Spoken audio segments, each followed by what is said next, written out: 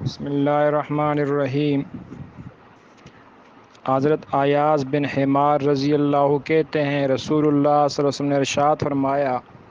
جنتی تین طرح کے ہیں، ایک وہ حاکم جو عدل و انصاف کرنے والا ہو، لوگوں کے ساتھ احسان کرنے والا ہو، جس کو نیکیوں کی توفیق دی گئی ہو۔ دوسرا وہ شخص جو چھوٹوں پر مہربان ہو، قرابت داروں اور مسلمانوں کے لیے نرم دل ہو۔ تیسرا وہ شخص جو ناجائز چیزوں سے بچنے والا ہو، دست سوال دراز کرنے سے پرہیز کرنے والا ہو، اور عیال دار ہو، یعنی اس کے بال بچے بھی ہوں پھر بھی کسی سے سوال نہ کرے۔ اور فرمایا کہ دوزخی 5 طرح کے ہیں،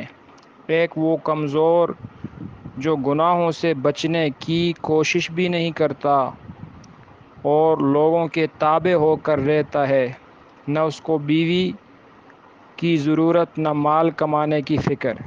بعض لوگ ایسے ہوتے ہیں دوسروں کے دروازوں پر پڑے رہتے ہیں بس کہ ان کو کچھ کھانے کے لیے مل جائے، اور پھر جن کا کھاتے ہیں ان کے لیے غلط کام بھی کرتے ہیں، گناہ بھی کرتے ہیں، ظلم زیادتی بھی کرتے ہیں۔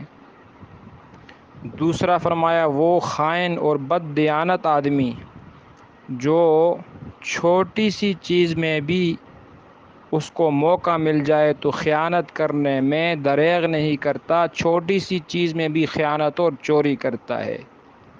تیسرا وہ آدمی جو صبح اور شام تمہارے اہل خانہ اور مال میں دھوکہ دینے کے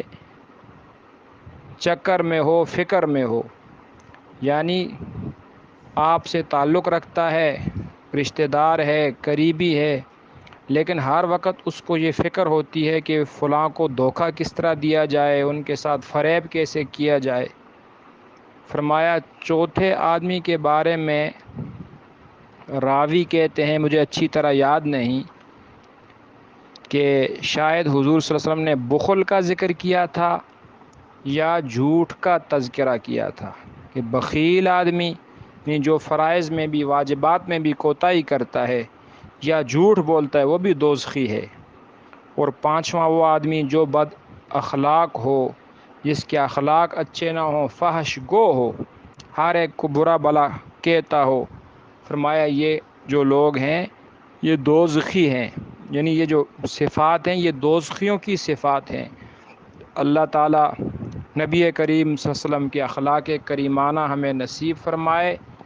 اور بری صفات سے بچنے کی توفیق دے، آمین یا رب العالمین۔